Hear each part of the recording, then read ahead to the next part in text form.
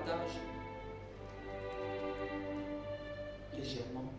Amen. Je vous le partage. Ce n'est pas pour enseigner dessus, mais je vous le partage. Est-ce qu'on peut le lire tous ensemble? Peu importe les versions. Amen. Tiens-toi debout qu'on puisse le dire haut et fort. Amen. Il faut que la terre entière entende et vive ce que nous allons lire. Amen. 1, 2, 3, c'est parti. Louez Dieu dans son sanctuaire. Louez-le dans l'étendue où éclate sa puissance. Louez-le pour ses prophètes. Louez-le selon l'immensité de sa grandeur. Louez-le au son de la trompette. Louez-le avec le luth et la harpe. Louez-le avec le tambourin et avec des danses. Louez-le avec des instruments à cordes et le chalumeau. Louez-le avec les cymbales sonores. Louez-le avec les cymbales retentissantes. Que tous ceux qui respirent louent l'Éternel. Est-ce qu'on peut dire encore le dernier verset? Que tous ceux qui respirent louent l'Éternel. C'est de Dieu qu'on parle. C'est pour ça que n'aimez jamais être froid dans la présence de Dieu. Regarde tout ce qui est cité là. Ce n'est pas quelque chose qui est froid. C'est quelque chose qui célèbre Dieu. Amen. Il dit que tous qui respirent puissent le louer. La louange est dans l'adoration. On a dit que l'adoration est un style de vie. La louange fait partie de l'adoration. Puisqu'on a dit que l'adoration c'est un style de vie, la louange est inclue dans l'adoration. Personne ne peut être un adorateur si ce n'est pas louer Dieu. Personne ne peut être un adorateur s'il n'apprend pas à chanter à Dieu. Personne ne peut être un adorateur s'il n'apprend pas à exprimer sa reconnaissance à Dieu. S'il n'apprend pas à célébrer Dieu. S'il n'apprend pas à se réjouir dans le Seigneur. Personne ne peut être un adorateur s'il n'apprend pas à exprimer sa joie pour Dieu. Personne ne peut être un adorateur s'il n'arrive pas à laisser son intellectualisme, son éducation pour commencer à adopter l'éducation divine et se réjouir dans la présence de Dieu. Personne ne peut comprendre ce que c'est l'adoration s'il n'a pas appris à prendre plaisir à offrir à Dieu un sacrifice qui lui plaît. Dans le temps de la grâce, le temps dans lequel nous sommes, la Bible ne nous demande pas de sacrifier un animal pour adorer Dieu. Le sacrifice que Dieu attend, c'est un cœur qui manifeste sa joie. Lisez les psaumes.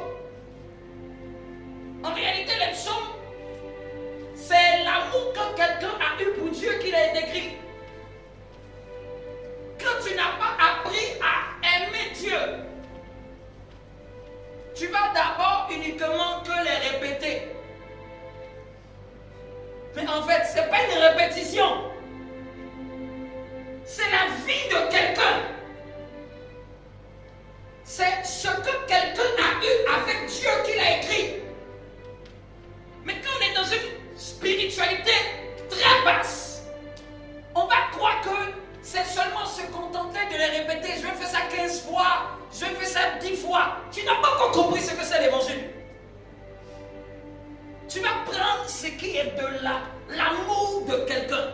Bien que souvent même Dieu nous permette de pouvoir le prendre et de le prier. Mais je vais t'emmener le sens profond. C'est le fruit de la relation de quelqu'un avec Dieu. C'est le fruit de la relation de quelqu'un avec Dieu.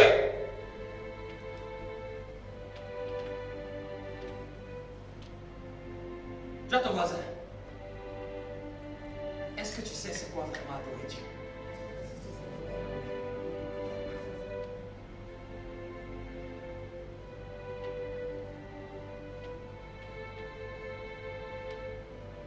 Dans l'Ancien Testament, Dieu avait demandé à Moïse de faire le tabernacle. Et Moïse a suivi les instructions de Dieu et Moïse a fait le tabernacle. Le tabernacle, c'était le sanctuaire de Dieu avec ses trois parties, parvis, lieu saint et lieu très saint. Parvis pouvait se trouver l'autel des holocaustes et la cuve des reins, qui sont des images qui typifient l'œuvre de la croix et la renaissance, le fait de passer par les eaux du baptême.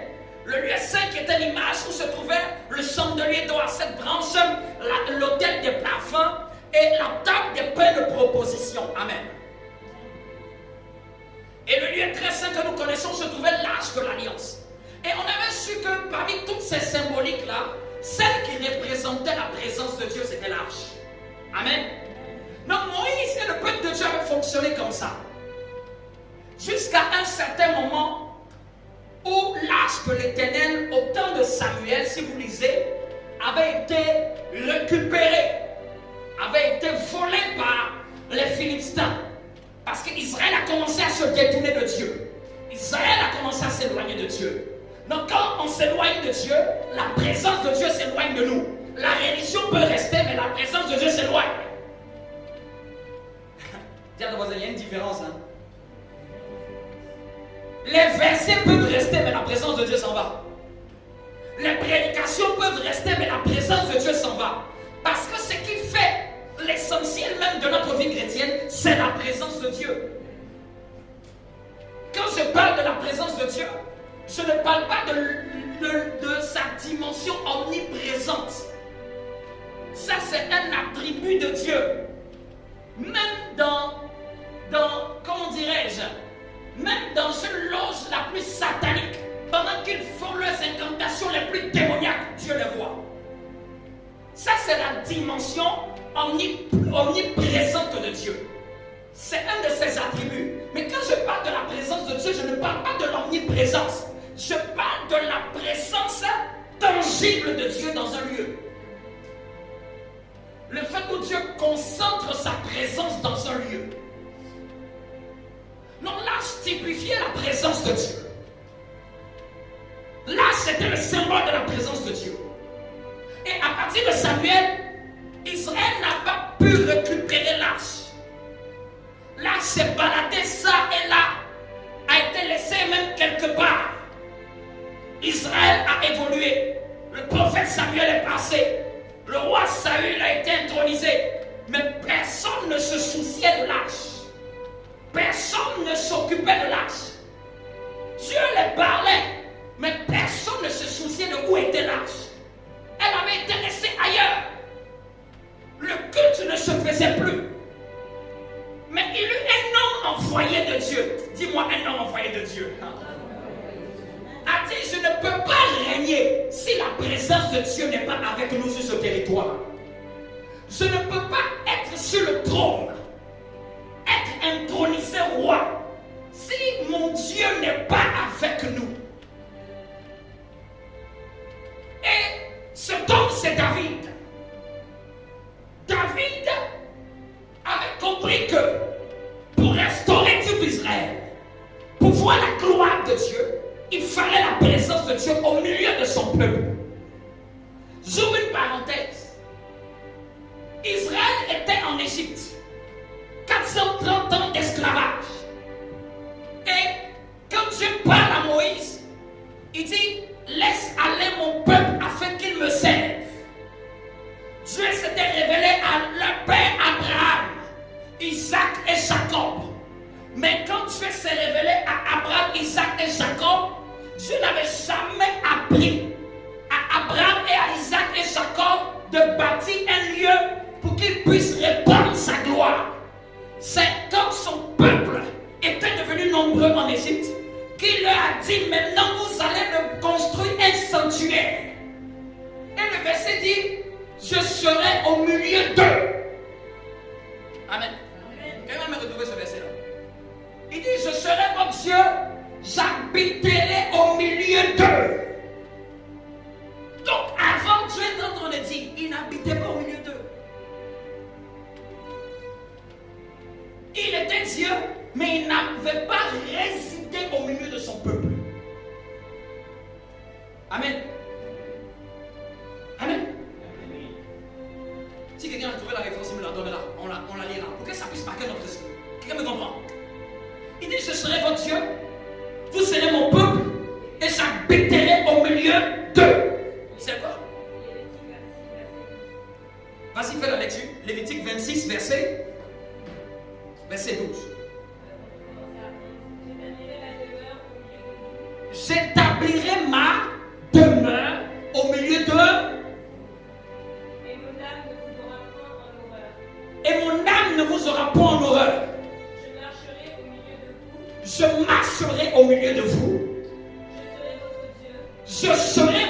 Dieu et vous serez mon peuple. Amen. Qui a déjà entendu le mot Shekinah? Amen. La plupart des chrétiens ont le mot Shekinah. Mais en fait, souvent même, on entend le mot Shekinah, mais on ne sait pas ce que ça veut dire. Dis à ton voisin, est-ce que tu sais ce que ça veut dire Shekinah? Je veux la Shekinah. Ouais. Qu'est-ce que tu veux? Il y a d'autres références encore. On a trouvé des parallèles. Amen. Il a dit à plusieurs reprises. Dans le mot Shekinah se trouve un verbe hébreu. Ce verbe ou ce mot veut dire shakal. Shakal, c'est le mot qui est utilisé en français pour dire demeurer. Donc quand il dit je demeurerai au milieu de mon peuple, il est en train de dire je vais Shekinah parmi vous. Est-ce que quelqu'un a compris? Parce que Shekinah en réalité veut pas dire la gloire de Dieu. La gloire de Dieu c'est kabod en hébreu. Amen. Mais les théologiens ont vu à plusieurs reprises que la gloire de Dieu devait rester dans un lieu. Non, par analogie, le mot qui était beaucoup plus utilisé pour dire nous voulons que ta gloire demeure. Nous voulons que ta gloire reste ici. Nous voulons que tu chacun au milieu de nous. Quand Jésus dit je demeurerai en vous et vous demeurerez en moi, en d'autres termes, je vais chacun en vous et vous allez chacun en moi. En d'autres termes, Dieu a toujours désiré demeurer dans un lieu. Quelqu'un me comprend? Amen. Voilà pourquoi même il dit que nous sommes son temple et il habite en nous. Amen.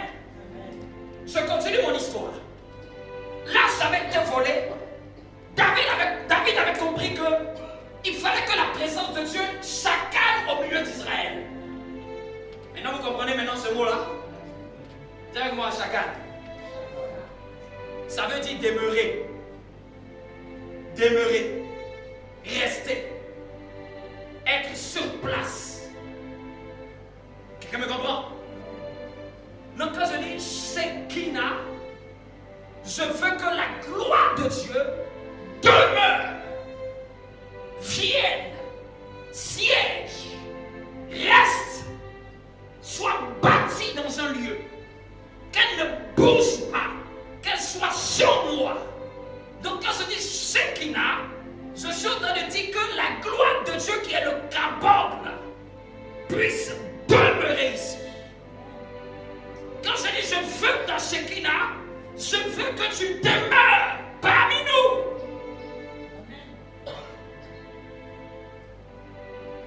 Est-ce que quelqu'un me comprend?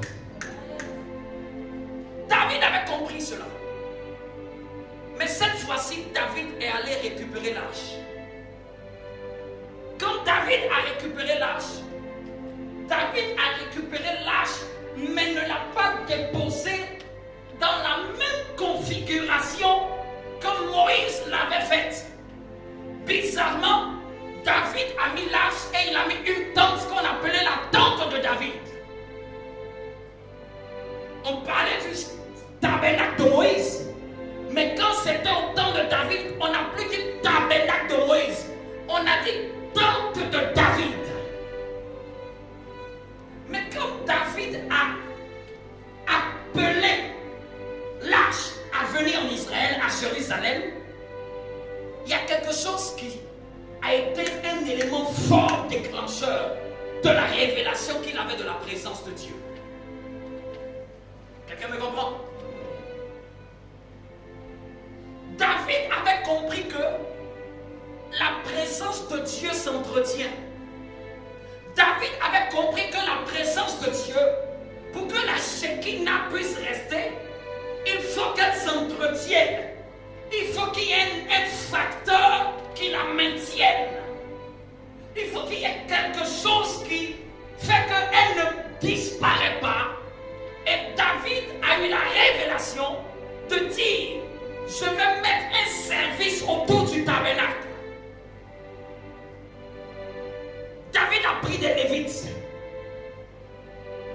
pris des Lévites et quand il les a pris, comme il y avait 24 heures dans la journée, David en a fait 24 équipes.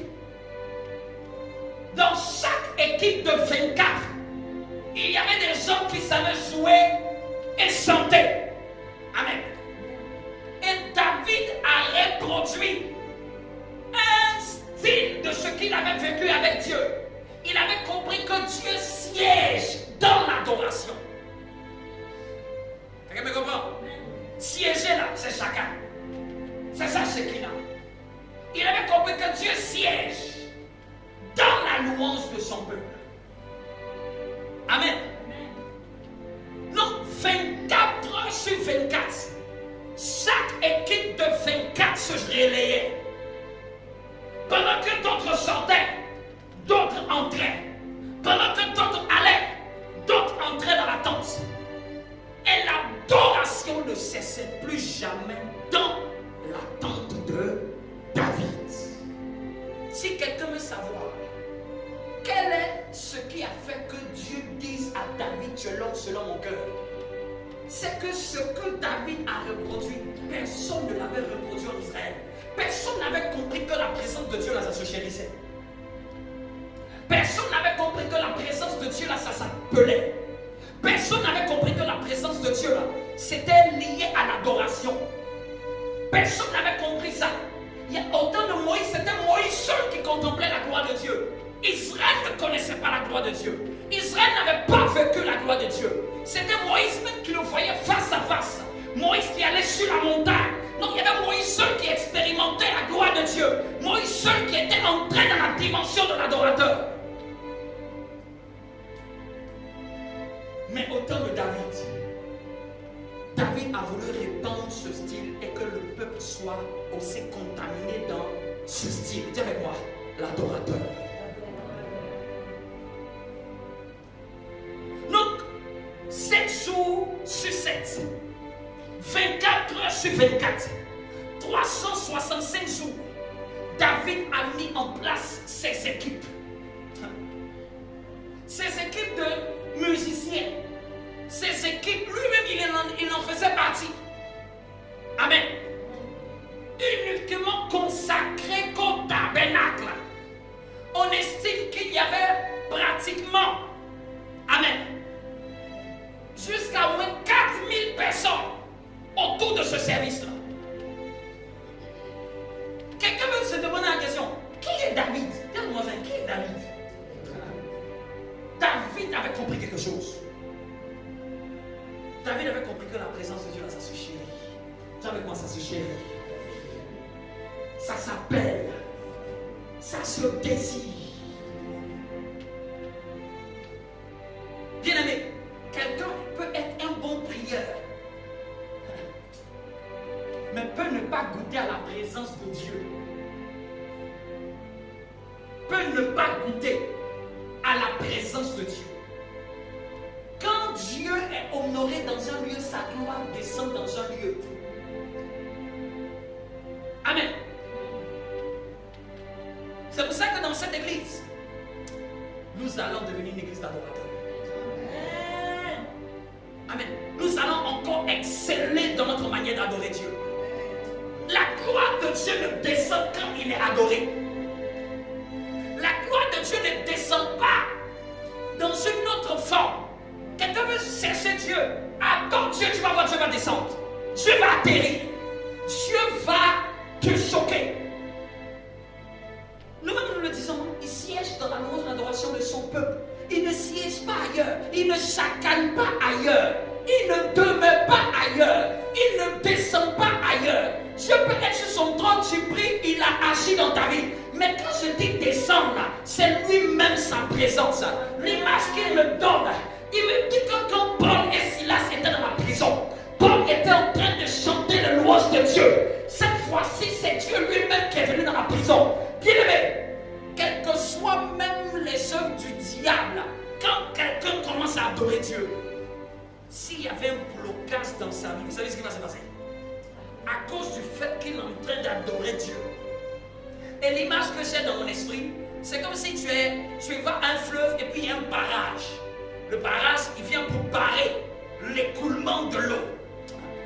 Bien-aimé, à force d'adorer Dieu, la puissance du fleuve va commencer à s'intensifier. La puissance du flot va commencer à s'intensifier. C'est-à-dire que même si c'était un barrage familial, barrage de sang, à un moment ça explose. C'est même ça la meilleure voie de la délivrance. Personne n'adore Dieu et Dieu ne juge pas ce que Satan a commencé à faire dans sa vie. À un moment, Dieu va se lever et va dire, ça suffit Satan, tu m'arrêtes ça dans cette famille. Parce que Dieu a été, Dieu ne peut pas descendre dans un lieu et ne pas commencer à changer la vie de la personne. Je vous parle de ce que j'appelle Shekinah. C'est ce qui nous change. C'est ce qui nous fait passer d'un autre niveau à un autre. C'est ce qui nous fait monter de dimension en dimension. Ce n'est pas d'abord la théologie. Ce n'est pas d'abord la quantité de ce que je reçois. Mais quelle est la dose de la présence de Dieu qui est sur moi? Dis à ton voisin, quelle est la dose de la présence de Dieu qui vient sur toi?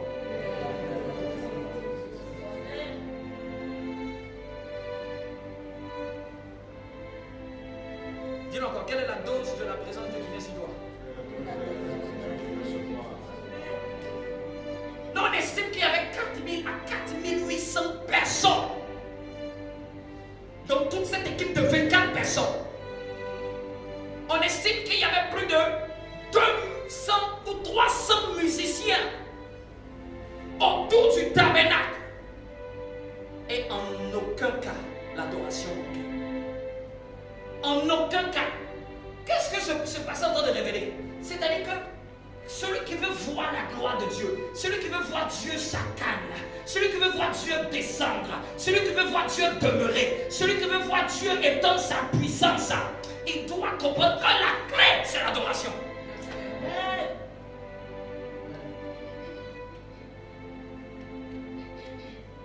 La clé. C'est même pour ça qu'on a dit dans Apocalypse, Dieu a dit, je vous donnerai la clé de David. Parce que c'est la clé qu'il a utilisée qui a fait le succès de son appel. C'est la clé qu'il a utilisée qui a ramené le règne de Dieu en Israël.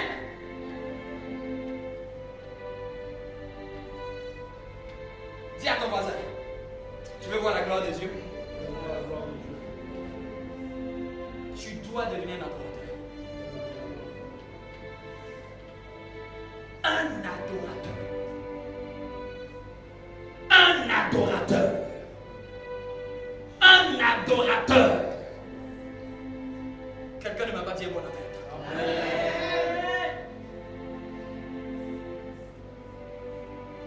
Un adorateur.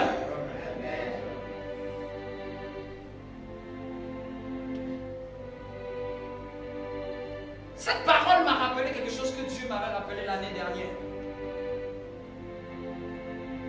Et j'ai dit que on va se débrouiller à notre manière pour que, au moins dans le mois, à partir de la rentrée là, on arrive à avoir un système comme ça.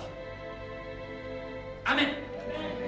Au moins une fois dans le mois, on arrive à avoir un système où il y a des gens qui viennent à telle période. Et après, ils finissent. Et après, d'autres viennent continuer avec eux. Amen. Les autres partent, mais les autres viennent. Pour qu'il y ait un temps d'adoration permanent dans un moment dans le mois.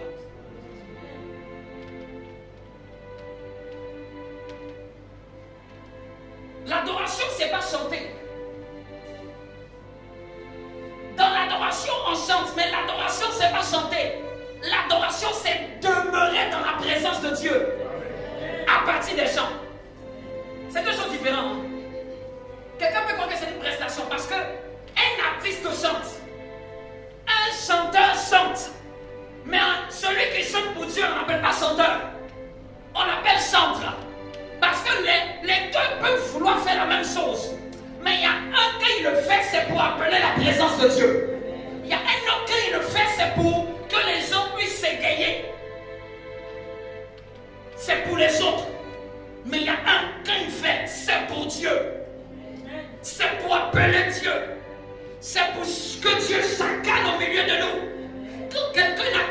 compris le but du chant, il va croire que c'est simplement un bouche-trou. Il va croire que c'est seulement un bouche-trou. Ou c'est simplement des transitions. C'est simplement pour passer le temps. Tiens, tu veux passer le temps. Si tu savais que c'était pour aller chercher la présence de Dieu. Si tu savais que c'était pour appeler la présence de Dieu. Maintenant, dans le mystère, c'est que le problème, c'est que quand tu chantes là, Dieu n'arrive pas quand tu finis. Dieu n'arrive pas forcément quand nous avons fini. C'est ça la difficulté dans la quête de Dieu. Tu peux commencer et t'arrêter, Dieu n'est pas venu. Parce que ce n'est pas l'adorateur qui détermine l'adoration, mais c'est le Dieu adoré qui détermine l'adoration. Si c'est une prestation, on va dire, bon, il reste 15 minutes. Il reste 10 minutes. Il reste 5 minutes. Après 5 minutes, arrête. Si tu es quelqu'un comme ça, en fait, tu ne vas jamais connaître ce que j'appelle la Shekinah. Je répète, l'adoration n'est pas déterminée par la personne qui adore. L'adoration est déterminée par le Dieu qui est adoré. La qualité de l'adoration ne dépend pas uniquement de celui qui l'envoie, dépend aussi de celui qui doit la recevoir. C'est celui qui la reçoit qui détermine la qualité. C'est celui qui la reçoit qui détermine si elle est propice, si elle excite son cœur.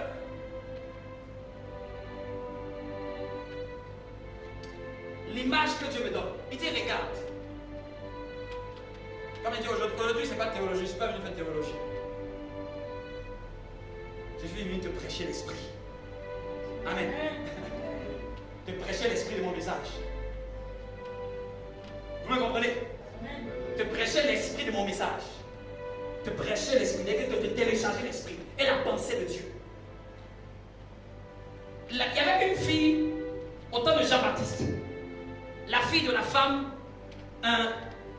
de ce roi-là, j'ai oublié le nom. C'est plus c'était Hérodiade, mais un truc de ce genre. Mais vous connaissez l'histoire. La Bible dit que, en présence du roi, elle avait tellement dansé. Tellement dansé.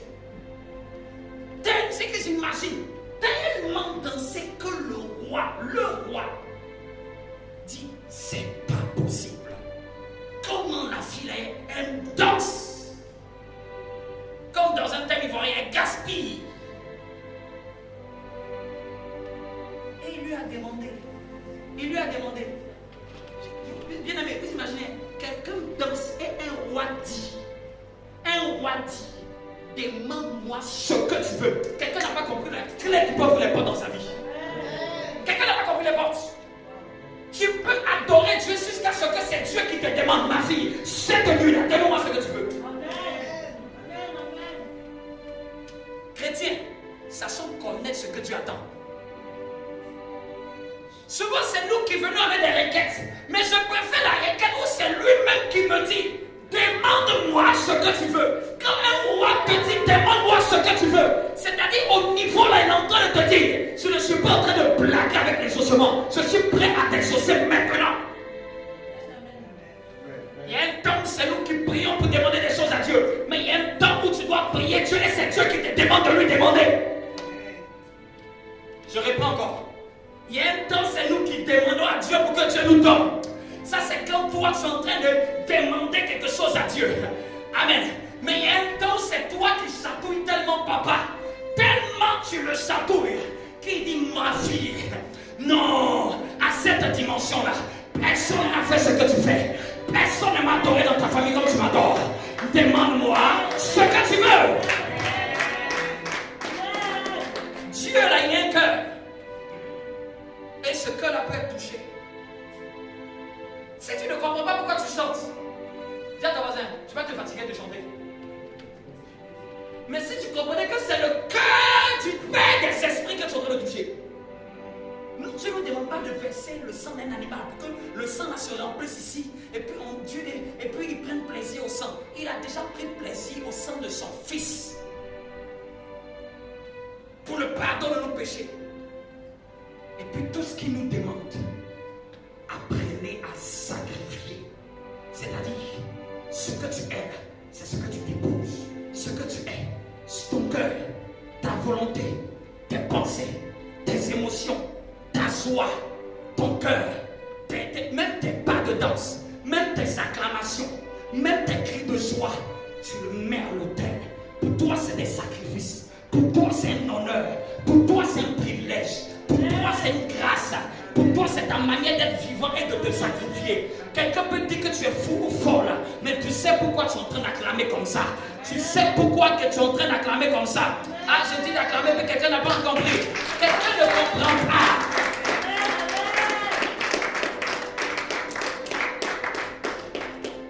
Quand on est trop intellectuel, on peut rater Dieu.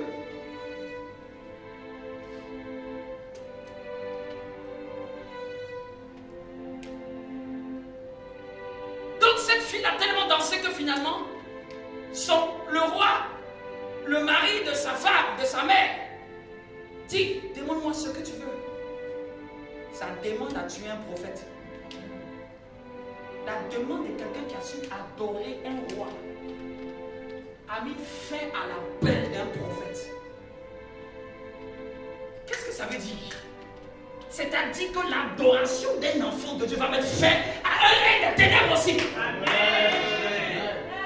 Si l'adoration d'une fille pour un homme qui était élevé en autorité a détruit l'appel d'un prophète de Dieu, à plus forte raison l'adoration des enfants de Dieu pour leur roi, le roi des rois, à plus forte raison qu'elle ne détruise pas les plans du diable.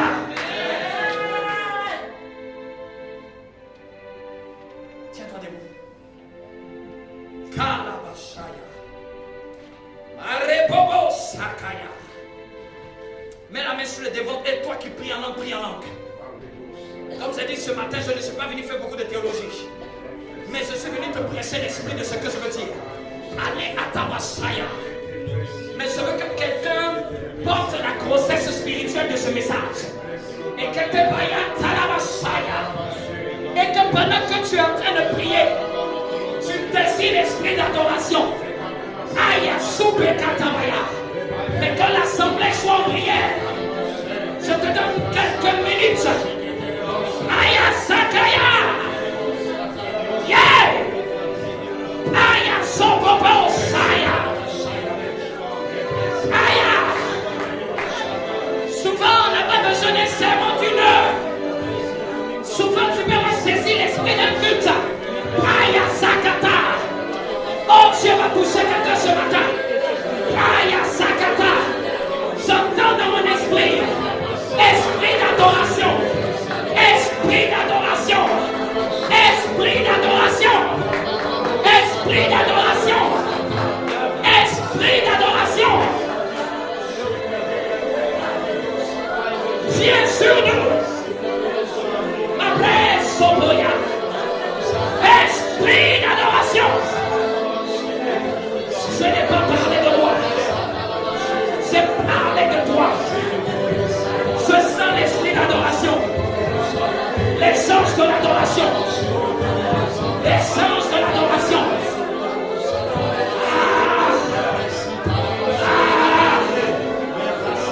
Oh! Satan au milieu de nous.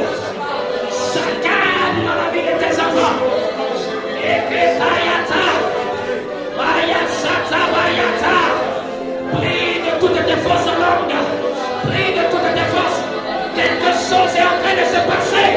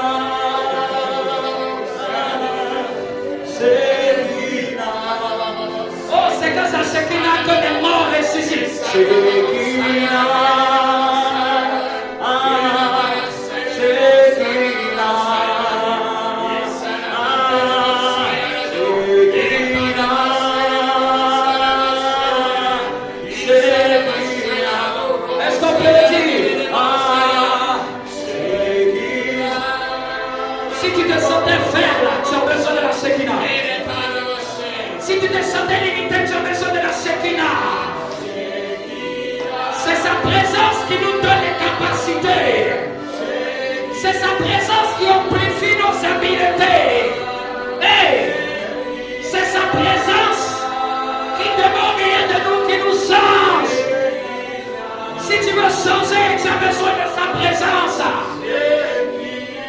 Oh, j'ai besoin de la Shekinah pour changer. C'est la présence de Dieu qui apporte le réveil. C'est la présence de Dieu qui apporte le réveil. Apporte le réveil dans nos vies. Apporte le réveil de l'adoration. Le réveil de grâce. Le réveil par l'adoration. Le réveil par l'adoration. Le réveil par l'adoration. Le réveil par l'adoration. Le réveil par l'adoration. Le réveil, oh Shekinah. Le réveil par l'adoration, oh. Fais de nous des instruments d'adoration. Fais de nous des amoureux. Fais de nous des adorateurs. Des adorateurs. Oh, le réveil de Dieu par l'adoration. Le réveil de Dieu par l'adoration. Le réveil de l'Église par l'adoration. Le réveil de l'Église par l'adoration. Il dit le réveil de l'Église par l'adoration. Oh, Shekinah. Oh, Shekinah. C'est la Shekinah qui ébranle les chaînes, qui brise les liens. C'est la Shekinah qui fait de nous des surhommes, qui nous emmène dans le surnaturel. C'est la Shekinah qui nous donne l'onction de l'esprit. Oh, Shekinah. C'est la Shekinah qui donne les dons de guérison, les dons de miracles, les dons de prophétie, les dons de foi. C'est la Shekinah qui amplifie les capacités. C'est la Shekinah qui ouvre nos yeux. C'est la Shekinah qui ouvre mes oreilles. C'est la Shekinah qui ouvre mon entendement.